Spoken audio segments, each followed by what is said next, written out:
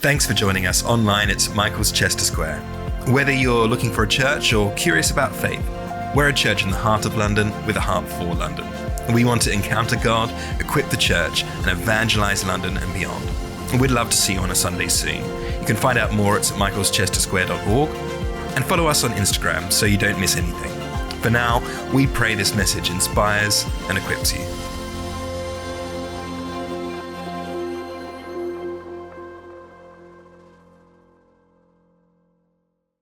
Now, Iran is going through seismic activity at the moment. And that's not a metaphor. They've had 4 earthquakes only a week ago, 10 in the past month, 87 earthquakes in the past year. And Tehran itself, the epicenter of Iran in so many ways, it sits at the foot of the Alborz Mountains above many active, sometimes hidden earthquake faults. And our hearts break for Iran. And it's as if the natural world is sort of crying out, just as the people are crying out. Paul says in Romans 8, we know that the whole creation has been groaning, as in the pains of childbirth, right up to the present time. Now, what on earth does this have to do with Easter Sunday? Or if you flip that question around the other way, why on Easter Sunday should we bother looking at something that happened 2,000 years ago when we have so much instability to focus on in the present? Is Easter just escapism for a day while the world around us is just sort of rattling on its hinges? As the world is shaking, do we just put that aside for one day with Easter eggs and roast lamb? Or is there more to the story? What hope can Easter bring us? For those of us whose lives are shaken. Maybe this past year your health has been shaken, relationships, your work, a sense of being displaced, whatever it may be. Or maybe actually your life at the moment doesn't feel shaken. Your life, if anything, feels a little bit stuck. It feels a bit stagnant, and it needs a shaking. Not a destructive shaking, but a life-giving shaking. Well, whether we're feeling shaken or whether we feel that we need shaking, Easter is good news because we see that 2 shakings take place. Firstly, there's the shaking of Good Friday, and then there's the shaking of Easter Sunday. So the first shaking happens on Good Friday. And this is how Matthew describes what happens in Jesus' dying moments on the cross. There in chapter 27, verse 50. And when Jesus had cried out again in a loud voice, he gave up his spirit. At that moment, the curtain of the temple was torn in 2 from top to bottom. The earth shook, the rocks split, and the tombs broke open. The bodies of many holy people who had died were raised to life. They came out of the tombs after Jesus' resurrection and went into the holy city and appeared to many people. And when the centurion and those with him who were guarding Jesus saw the earthquake and all that had happened, they were terrified and exclaimed, "Surely he was the Son of God." And just as there's a fault line beneath every earthquake, there is a fault line too beneath humanity. There's a fault line of sin beneath us. And just like an earthquake, eventually sin is felt above the surface.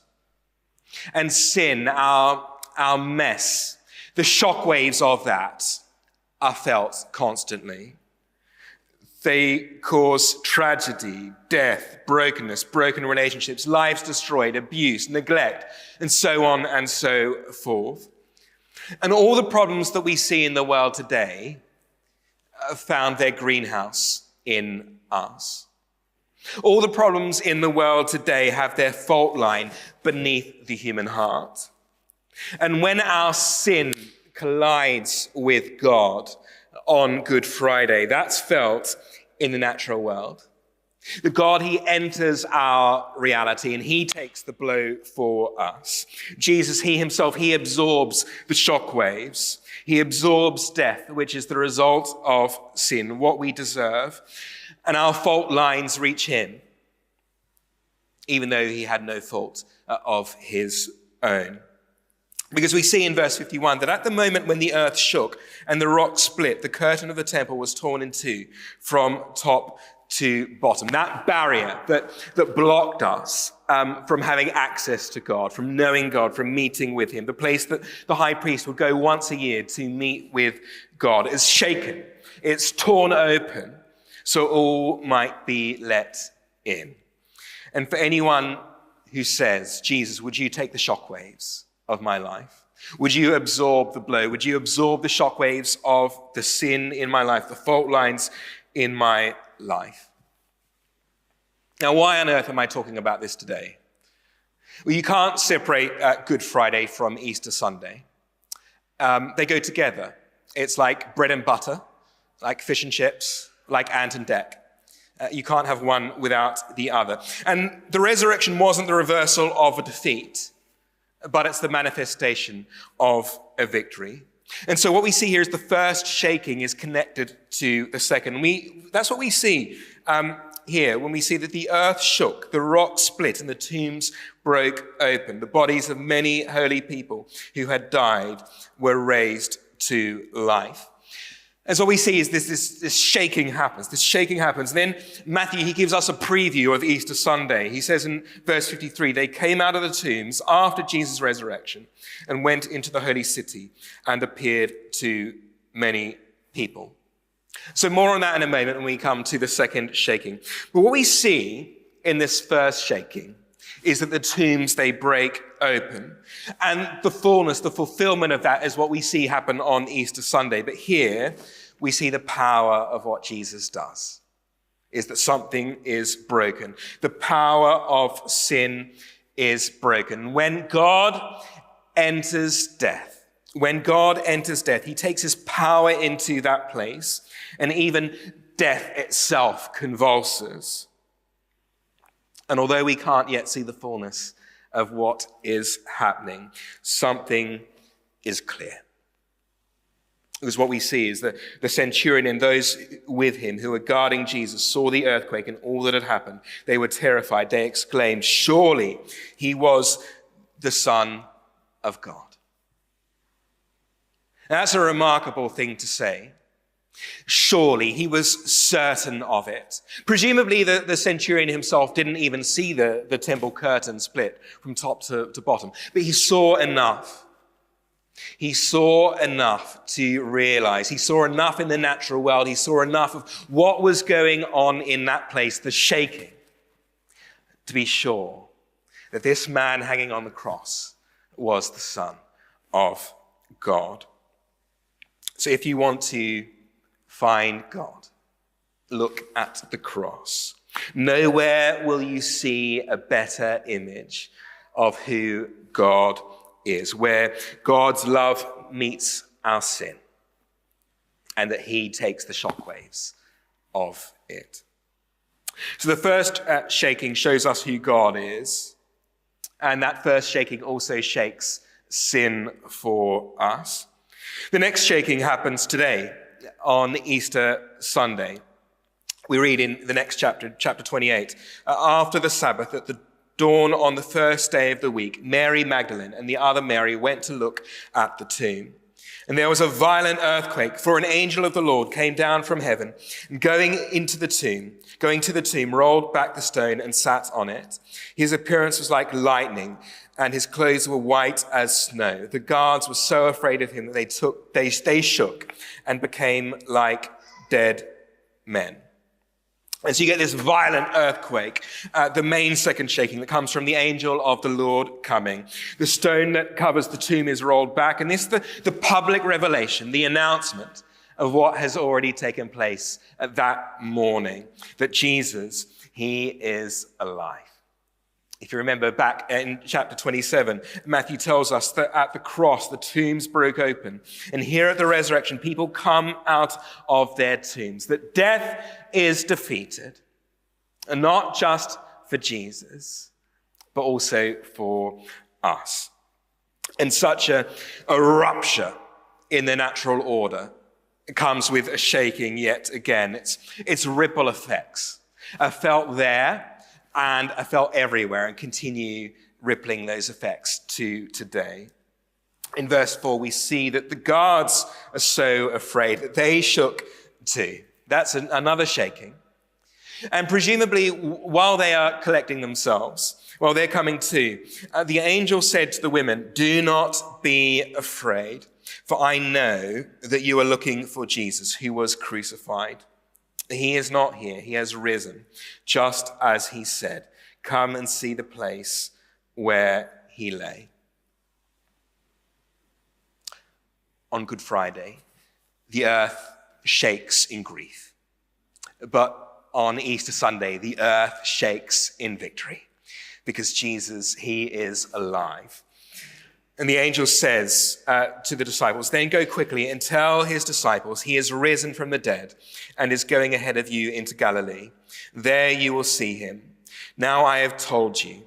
So the women hurried away from the tomb, afraid yet filled with joy, and they ran to tell his disciples.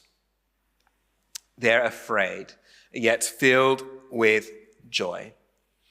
And this event, the death and the resurrection, it has shaken them to their core. But right at their beating hearts, a new reality, a new hope is bursting for them. Suddenly, Jesus met them. "In greetings," he said. They came to him, clasped his feet, and worshipped him. Then Jesus said to them, "Do not be afraid." So you have the angel saying, "Don't be afraid." And now you have Jesus himself saying, "Do not be afraid."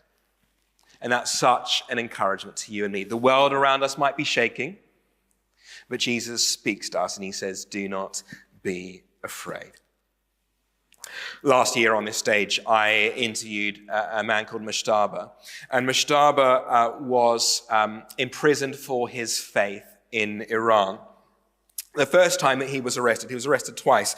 First time that he was arrested, he shared about being afraid. He was shocked and terrified at that time. And yet over those 22 days of being in solitary confinement and being interrogated, he experienced Jesus there with him, that he could rely on him. He spoke about the sweetness of Jesus' love over the bitterness of the experience around him, because Jesus is alive.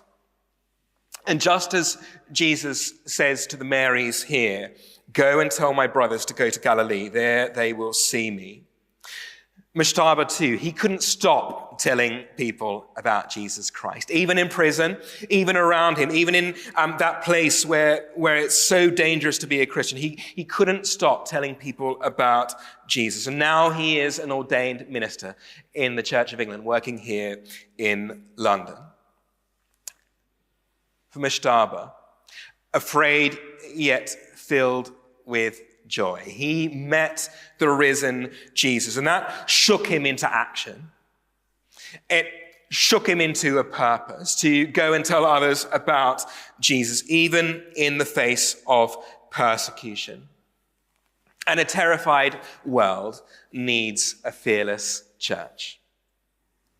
That, yes, we may at times be afraid. And what Jesus does is he meets us face to face. And he says, "Don't be afraid."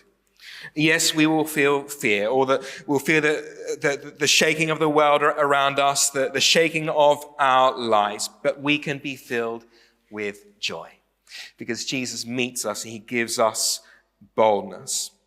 Jesus, he invites us to see him. He invites to see him crucified, just as the centurion witnessed, but also to see him risen, just as the two Marys saw. And we may not see him visibly, physically, here today with our own eyes, but Good Friday and Easter Sunday, they make the invisible God visible. The invisible God made visible in Jesus Christ. They also make visible the invisible sin in our lives that rise up from beneath the surface. These shockwaves breaking the earth, breaking Jesus' body, and the power of Jesus breaking the curtain. And just like when we think about 5-6 years ago with COVID, you couldn't see COVID, but you could see the effects of COVID. You could see the effects of it. And just, you can't see an earthquake, you can't see fault lines, they're invisible. But you can see the effects of the fault lines. You can see the effects of the earthquake too. And we can today see the positive effect of Jesus Christ on millions and billions of people around the world today. And one of the fastest growing churches in the world, in Iran, is one of the effects of Jesus being risen today. And so if today you are feeling shaken, you're feeling uncertain about what is going on in your life or in the world around you, you do not need to live in fear. Because Jesus Christ, he is risen from the grave. The shakings of Good Friday and Easter, they show us who God is, and they shake sin, they shake fear, and they shake death. And just like Mashtaba, you can know the same cosmic power of Jesus Christ's resurrection living inside of you, filling you with his love, shaking you from fear and shaking you into action, shaking you into purpose for the present and life for eternity.